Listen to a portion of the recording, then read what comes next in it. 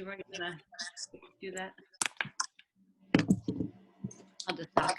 The first agenda item. So one of the properties that we own is called Tabor Commons. Tabor Commons is a property, I'd say it was next to Dairy Queen, except the Dairy Queen has been demolished because they're going to build new.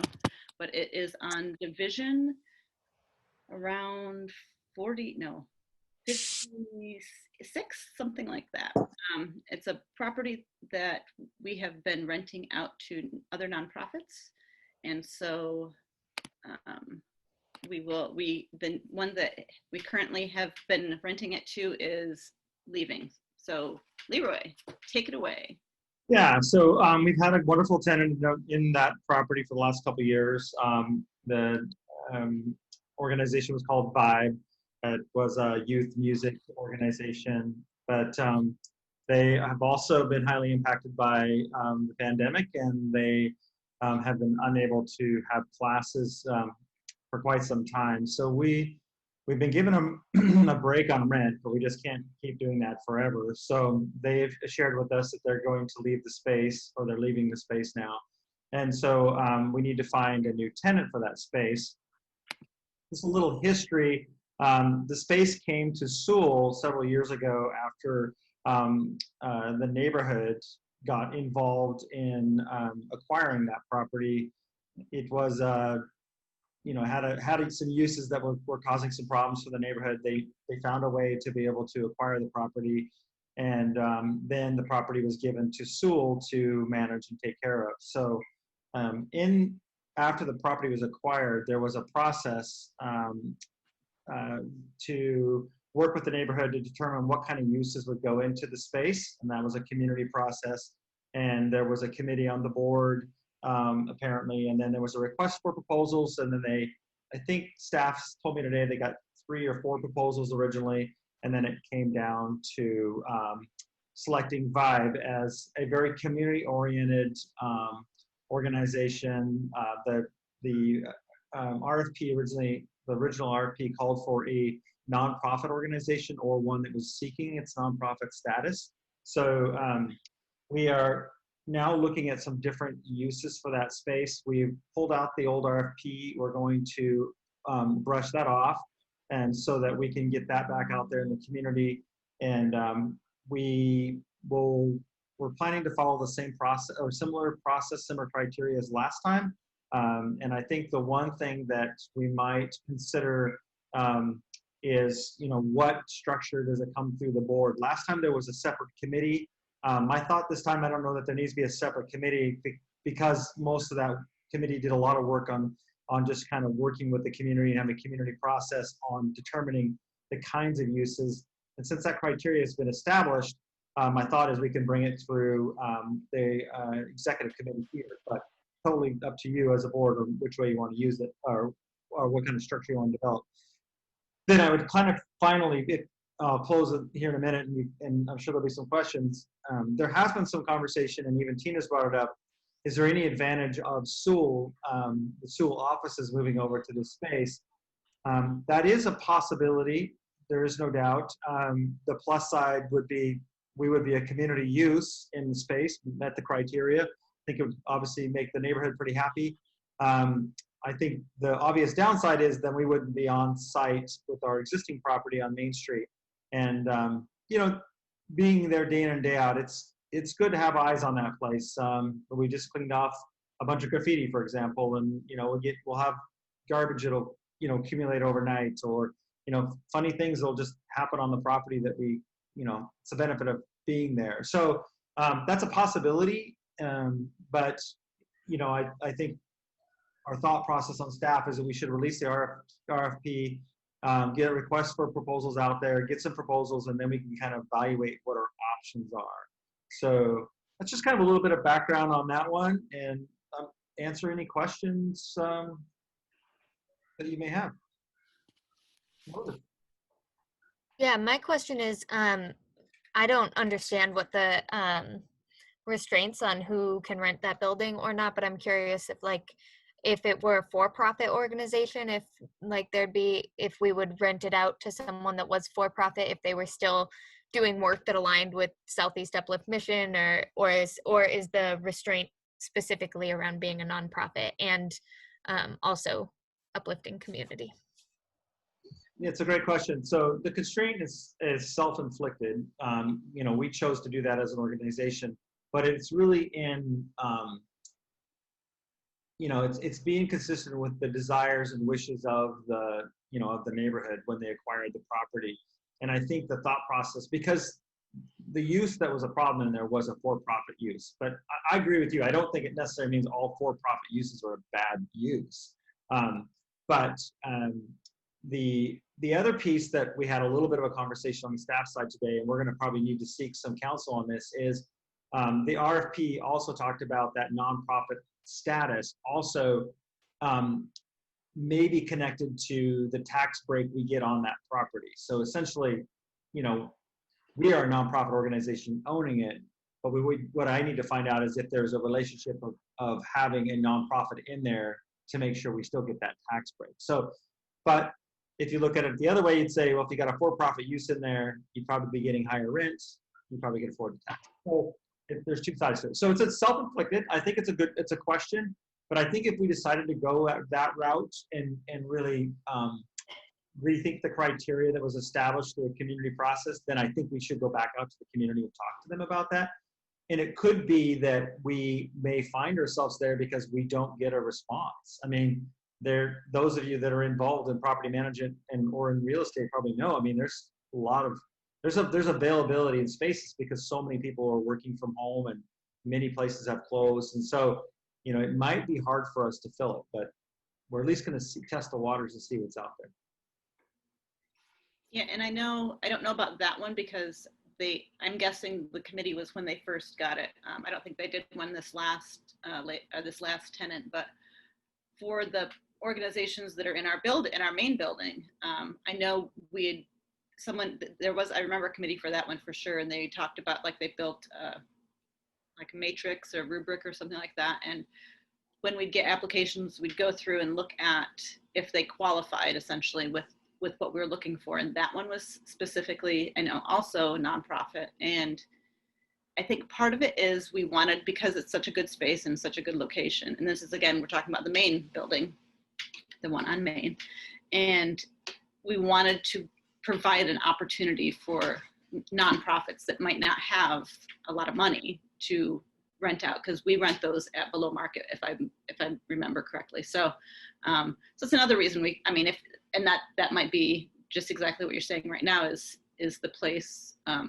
So for businesses especially, so I'm in property management, but I'm in rental and like apartments. So that's a little, like right now our market's like no one's moving anywhere.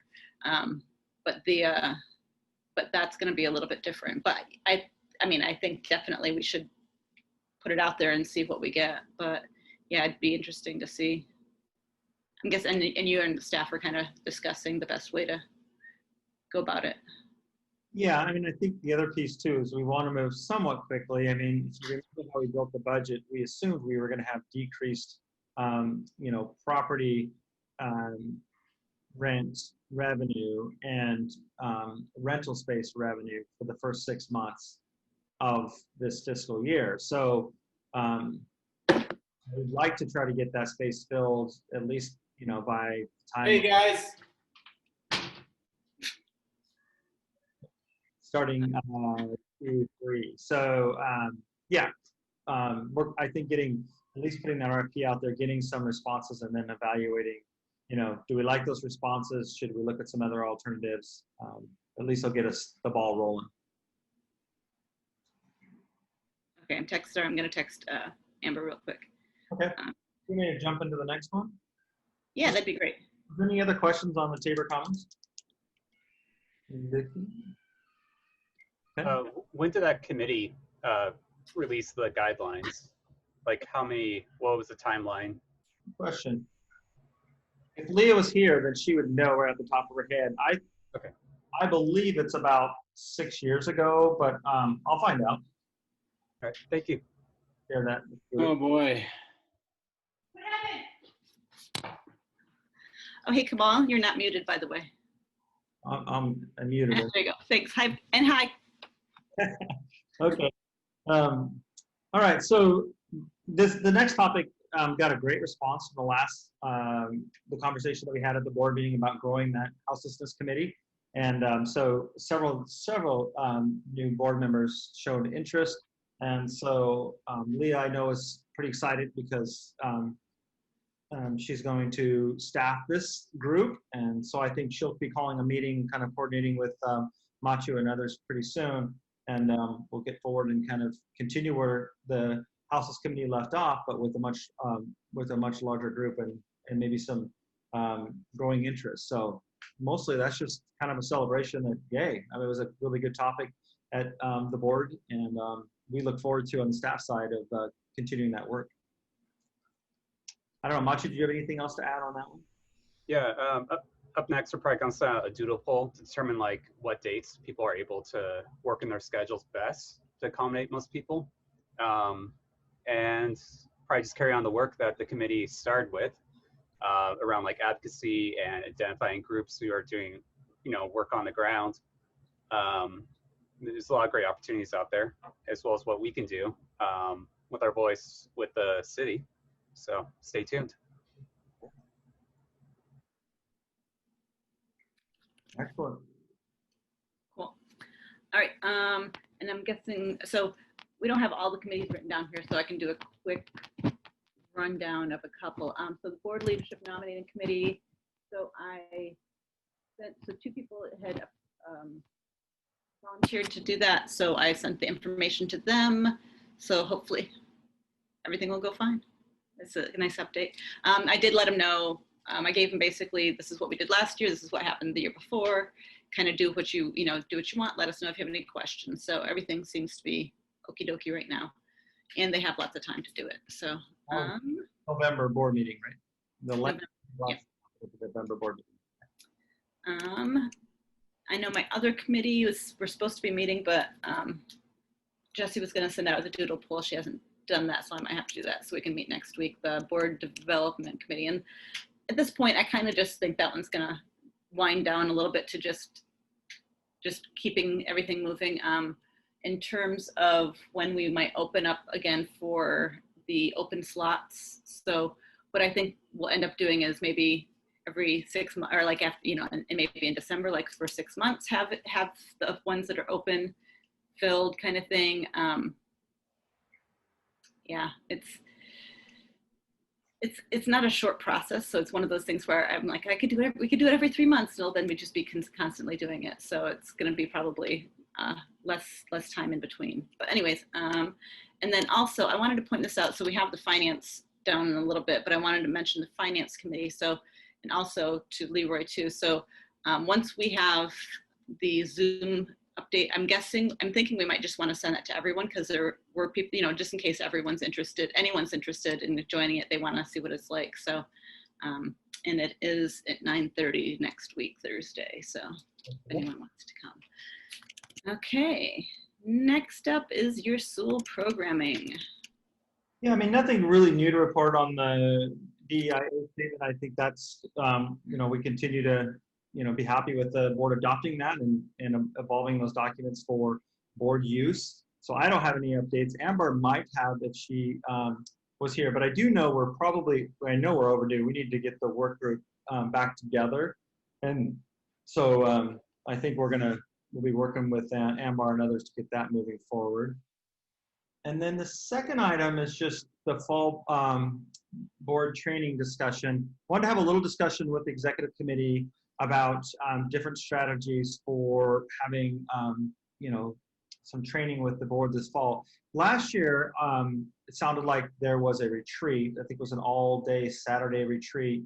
And talking with Tina, her and I are both kind of more focused on maybe metering out the training on weeknights. It seems to work.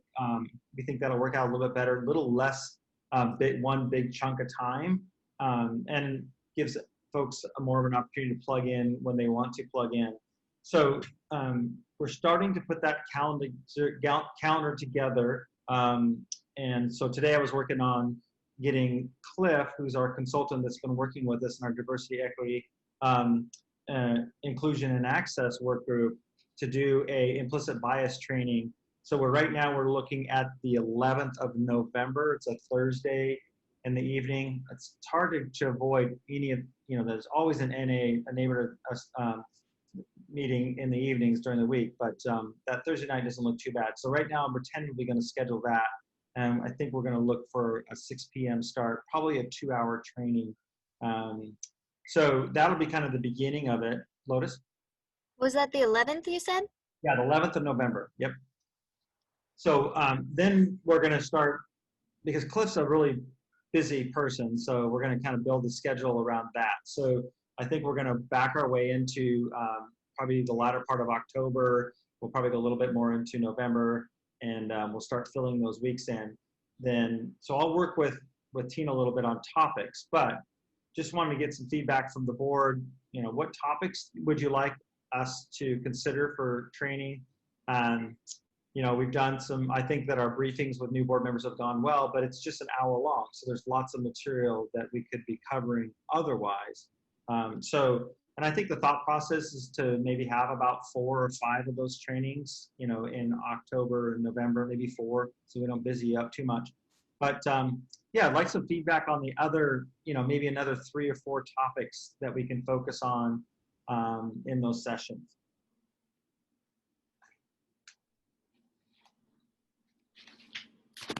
And you might remember some of the topics from last year, Tina and Machu and Lotus. Well, last year we basically just did what the organization does in terms of community cleanups. I'm trying to remember, like they did a land use thing. A land use thing might be helpful, because we all know kind of, I think, basics now. I'm interested, so I understand a little bit, but that would be really awesome, I think, because. And I'm sorry, I'm bad. I've always missed every single land use meeting and every training she's held. I just haven't made it. And I know they're really awesome. I know they are. I feel bad. And I want to learn it too. Yeah, the land use, Leah and I kind of did a little rotating discussion of people, and it was really productive, just hearing what people brought them into the neighborhood process and the changes they'd like to see. So I think doing that again would be very helpful, because it's a bit kind of mysterious and nebulous how you negotiate or navigate the bureaucratic system of city government. And so I find those trainings to be extremely helpful and informative. Excellent. Okay, land use. I have a couple that I think would be pretty cool. I'm not exactly sure how to incorporate them, but being a communication buff myself, I have a soft spot for nonviolent communication, direct communication trainings. I think that American culture is really not supportive of those things. So I think trainings around those are pretty great. And then another one is maybe around sustainability concepts for people at home, just sharing tips, ideas, training on how to reduce energy usage, and also simple things you can do, even if you don't have a garden, things that you can do to help local wildlife, such as how to do water dishes for bees, and all these simple little things that people could do to help local ecology. That's a fabulous idea. And it's in our mission statement. We seem to don't always get focused on it, so it's great. That's a good one. Okay, cool. Anyone else? Topics for board training? Cool.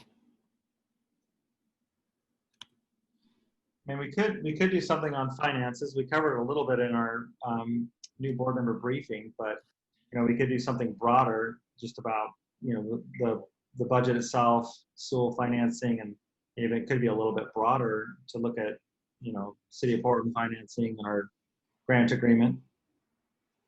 I think that, yeah, go ahead. I was going to say de-escalation trainings are always great too. And even if people are already trained in de-escalation, I think that it's something that if it's not practiced and redone, then those things kind of fade away. Good. I remember one thing that came out from the board retreat was these new ideas in energy, and people had projects that kind of wanted to see ushered along. So it might be helpful to have kind of immediately after the retreat, kind of like put these into actionable items if possible. And then in a month or two, kind of follow up to see like how that progress is going, if anything fell off the chart, and just keep that energy going with the new board members.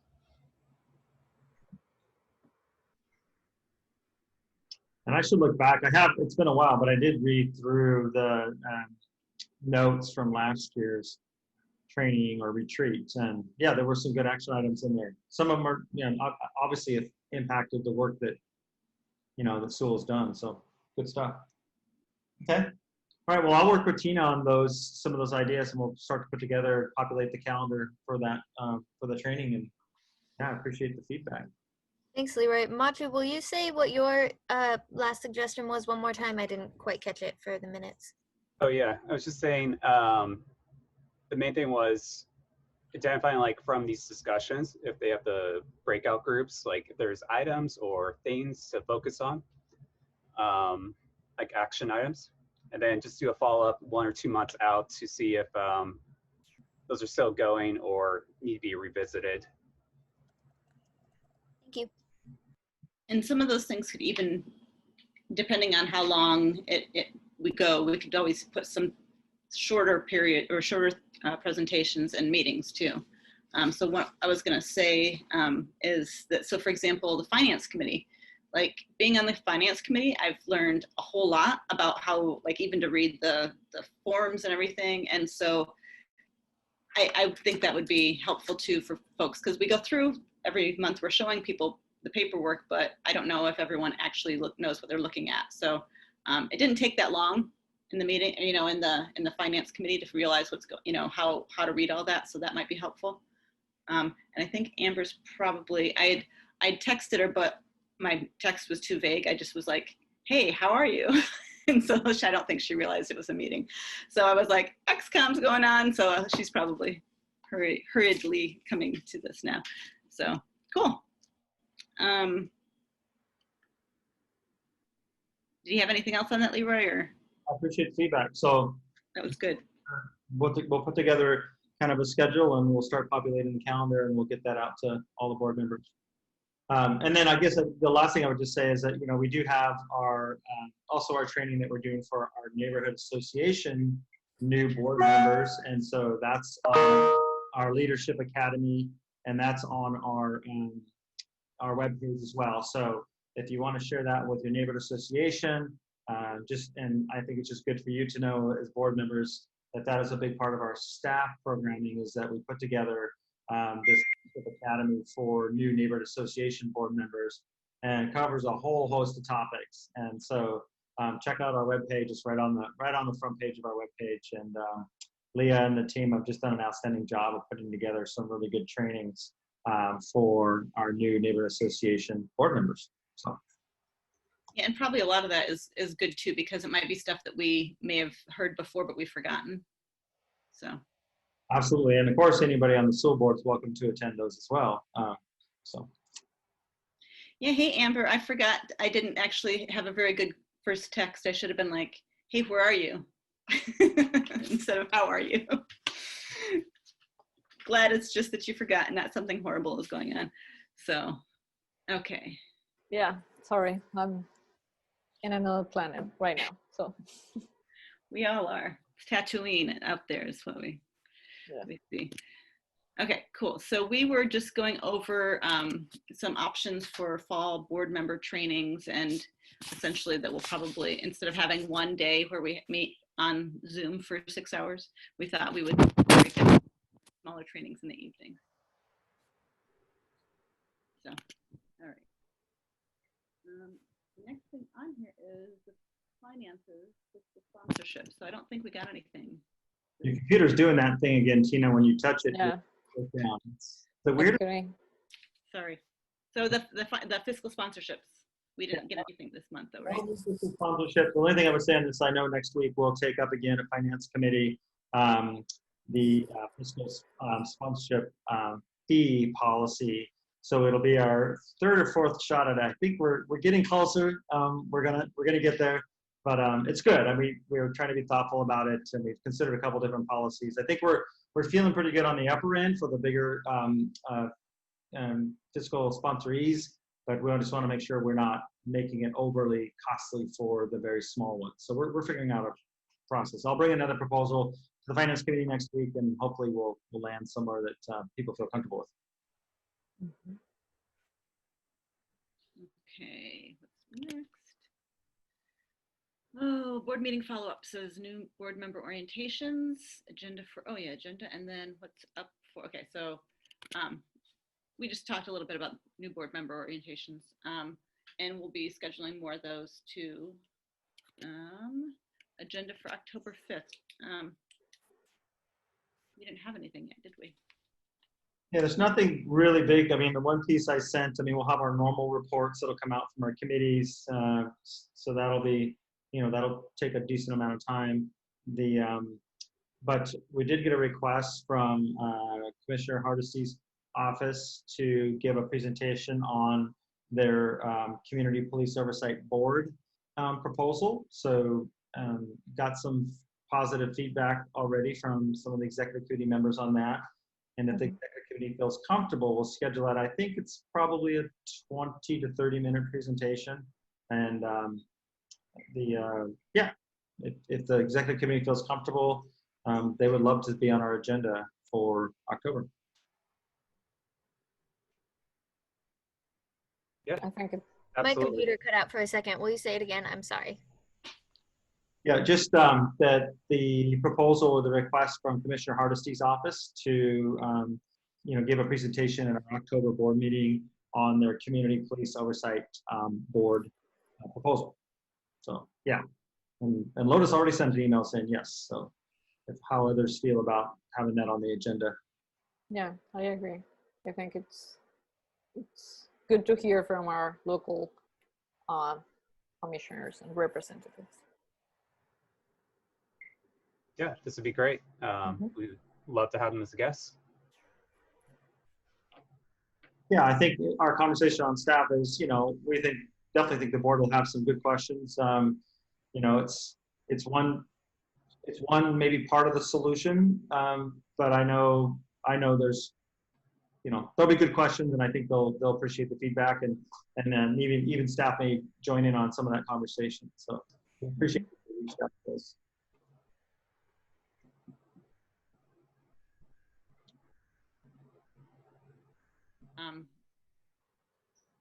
What's next for Sewell support for BIPOC? I just left that on there. It's it's been an ongoing conversation that we've had. So if there's new items that we want to consider for the October board meeting or just in general, we've left that agenda item on.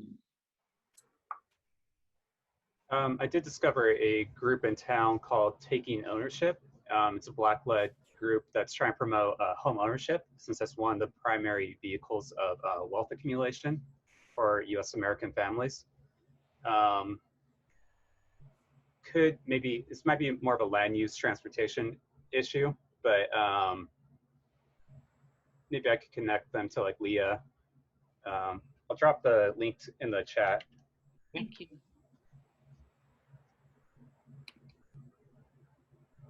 But one of their main goals is kind of reducing that wealth gap between like Black households and white households. And one of the main ways of doing that is through home ownership and accumulation of property and staying in place.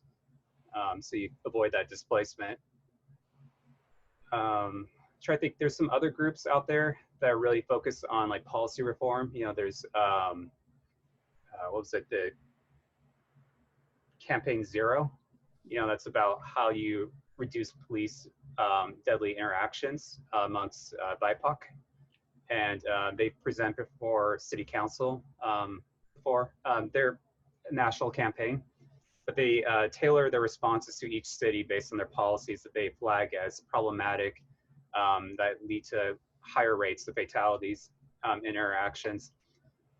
So there's a lot of opportunities here for how we like plug in like dialogue on, as an organization with a voice with the city, how we can advocate to improve the quality of life and stop a lot of these deaths. So that's a couple of ideas. What have we done in the past, out of curiosity, just because I don't know? Oh, hectares. So in terms of like, so we've started just highlighting this year Okay. specifically. In general, our whole policy is inclusiveness and all that, and we did have the and this is on the website too now. The DEIA we just passed in July. Here, let me read it through here. It was the equity lens, the statement, and a code of ethics that the work group, the DEIA work group, created, and Machu's neighborhood actually just also adopted those for themselves. I know my neighborhood's looking at those too. Yeah, we wrote a letter and we sent that, I think, to the city and county and all sorts of things. I think that was in July, if I remember correctly, in support of the Black Lives Matter. And I don't know if we specifically said that organization, but just the whole idea of the reforming and stuff like that. I think that's on the website. I'd have to check. I did have another question though. Oh, it's past the subject though. Yeah, I mean, it's a great question. So, Hector, we're just, we keep it in front of us, especially at the board level. On the staff level, there's, quite a bit of work that we've done over time, especially, you guys probably saw in the newsletter, but if you haven't seen it, Maria is leaving our organization, which is unfortunate. But both Moose, who's a former employee, and Maria, they both have done a lot of work in supporting the BIPOC community and organizations related to the BIPOC community. So it's definitely part of our mission as an organization, and there's some close ties to our grant agreement from the city of Portland as well. So but I think that Tina's right. We just left it on here so that we can continue to have this conversation each month, and if there's something that the board wants to be doing or should be doing, or wants a presentation or wants to advocate, we have that opportunity. Awesome. I also had written down here too, just to see if there was any updates regarding PUA. So PUA, if you don't know, is Portland United Against Hate, and that's another one that both Moose and Maria were very, very part of I don't want to say the inception, but they helped foster it along as they were going. And it is a coalition of like 50 different organizations within Portland. And Machu's putting the websites up, but they've done amazing work in the last. They've only been around for a couple of years, I think. But yeah, Leroy, you want to speak to PUA at all? Well, I did, Hector, you had a question. I just didn't want to make sure you missed your question there. Oh, no, that wasn't a question. I was just saying, awesome, interesting. I'm involved in leading a lot of DEI work at Vacasa myself. Very, very passionate to me. Making implicit bias training mandatory, allyship workshops, literally workshopping with our team, a team value statement around diversity, equity, and inclusion. So all very interesting to me, top of mind, and something I have actively worked on before. So. Oh, excellent. Glad to hear great work. I mean, great that your company's doing that too. Just a quick update to Tina's question on PUA. Previously on previous agendas, we had PUA as potentially becoming a part of Sewell, and those conversations continue. I've been talking with their board chair, answering questions for them. So, there's still some possibilities. We're just still continuing to work really close with PUA and supporting them every way we can. So once I get an active proposal, I'll bring it back to the executive committee. But yeah, I mean, that conversation continues. Cool. And then the only other thing that I had, did you have something, Machu? Sorry. I was just gonna say, I was having like a conversation last week with someone in the community, and they had such good things to say about Portland United Against Hate and a microaggression like training and implicit bias training that they had offered. That could be something we could look at as a topic too with Cliff and the DIA work. But yeah, just Portland United Against Hate, they started as a result of the fatal Max attack. I think that was 2017. I might be wrong the exact year. And they've just continued great work tackling those like difficult topics that don't get a lot of support sometimes or coverage. So great group. Yeah, and we could think of them for maybe some of our trainings too. Okay, So the other topic I was going to ask about is staffing, since now Maria is leaving. Yeah, so right now we have a advertisement out for filling the support position, office clerk position for Sewell, and getting good responses. I think it closes here in another week or so, maybe another week, and then we'll fill that position pretty quickly. So well, obviously we need to fill Maria's position pretty quickly. Maria will be with us until I think she starts a new position on the 5th of October, so she'll probably be with us until I think the 3rd is that Friday. She'll probably, the 2nd, she'll probably do some, help us out a little bit after she starts her new job as well. So that's going to be nice. So right now, one of the things that's happened with Moo's leaving, we collapsed some of those work assignments. And so need to look at that job description again, because right now, Maria's job description really initially was focusing on being our communications person, doing our newsletter, doing all of our social media, and then her other big program area was, beyond capacity support for organizations was the community cleanup funds. Now that the community cleanup funds are no longer available, then when Moose left, she took on the grants, the small grants program. So we kind of right now, her job description is really small grants and communications. It's kind of a little bit of a wonky job description that we may not easily find somebody that fits. Not always do communication people or grants management people too, but we might find that person. So we're working on that job description a little bit. We might move some things around with the team members that are left, but we want to get that one out pretty quickly because we really, to this point, we're suffering, and we're gonna be hard pressed to continue to support the neighborhood associations in the way that we have. I mean, we're not going to fall back on that, but it's getting to the point where we're all taking on additional neighborhoods. So, Maria's going to leave us some good templates for things like the newsletter and her social media outreach. So we'll move on that pretty quickly. And I mean, we didn't move on Moose's because we got less funding this year from the city of Portland through Civic Life and our grant agreement. So, but we have full funding for Maria's position, so we're going to fill that one pretty quickly. Maria has a lot of contacts in the community. She feels pretty confident that we'll fill the position pretty quickly. Sewell's got a good reputation, and so yeah, if you know folks, send them our way, and yeah, we'll get the job posting out there pretty darn quickly. I would say. I see Ash's question. We should be able to get it out there in about a week and a half. So we're dusting off that job description. Maybe we'll just send it out as is. We might make a few modifications. And I was going to say too, it might be a good time. I know on the board development committee, I think it was, we kind of were asking what does everyone, like what are the board members, what kind of skills do they have and all that. So it might be a good idea that we could send something out regarding that, and if we need help in communications or something like that. Because one of the things I'd kind of like to do this year is try to get the board members more involved with volunteering with the organization, because there's not a whole lot of that goes on.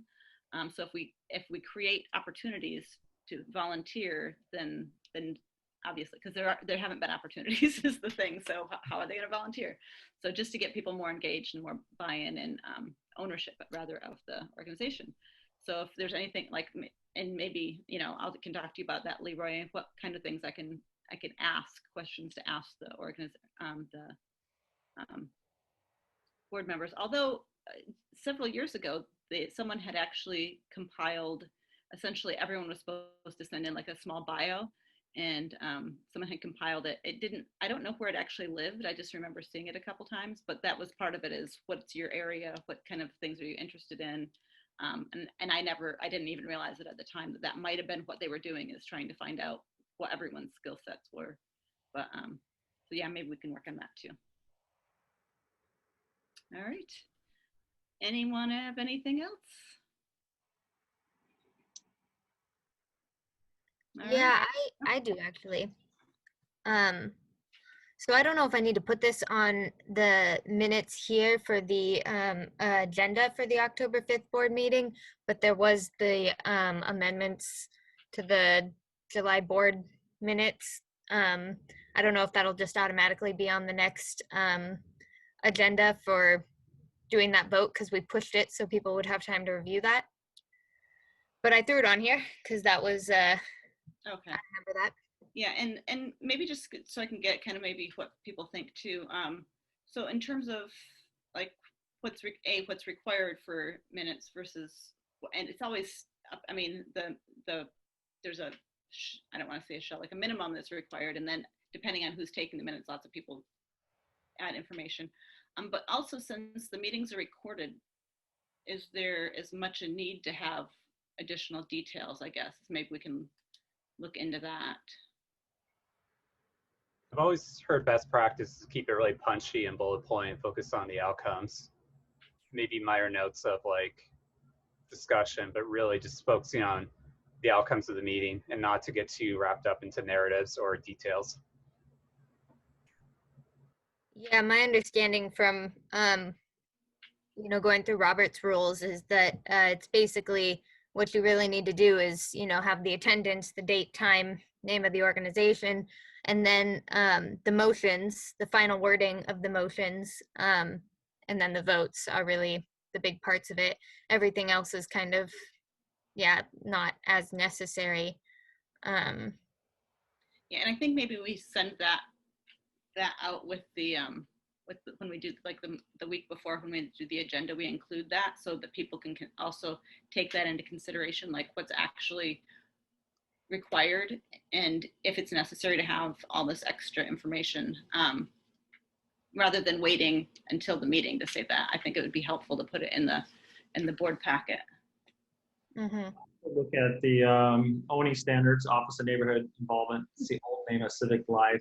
They have some language in there too about minutes. And I would say I totally agree with Lotus and Machu. In my experience, minutes are focused, they're brief, and they're not, they are the official record, but because we've been recording meetings, that is the official record as well. So I don't see the benefit of adding a bunch of verbatim detail to minutes. And I think it just begs the question, if we're going to do it for this time, then why would we be doing it all the time? So well, I do think since the board deferred that to next month, it's going to be on your agenda for consideration. And I don't think you can really avoid that. But I think providing information, I'll do that too. And I'll provide Robert's Rules of Order and any ONI standard information associated with minutes prior to the meeting.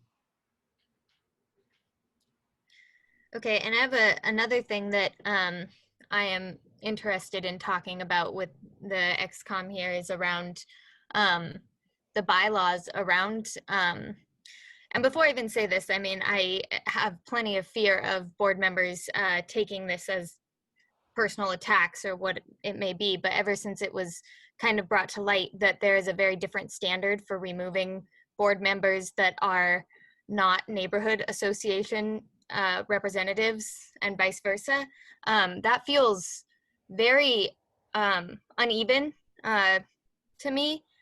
And I personally would like to see some kind of amendment to that still, because it just doesn't make sense. I mean, if I were on the board and doing a bunch of things that are, making sure that nothing gets done, and then my neighborhood association tells me that, well, we don't want you to be off, but even though the entire, whatever the 2/3 or more of the vote of the Southeast Uplift board says that, they think it would be a good idea for you to maybe move on.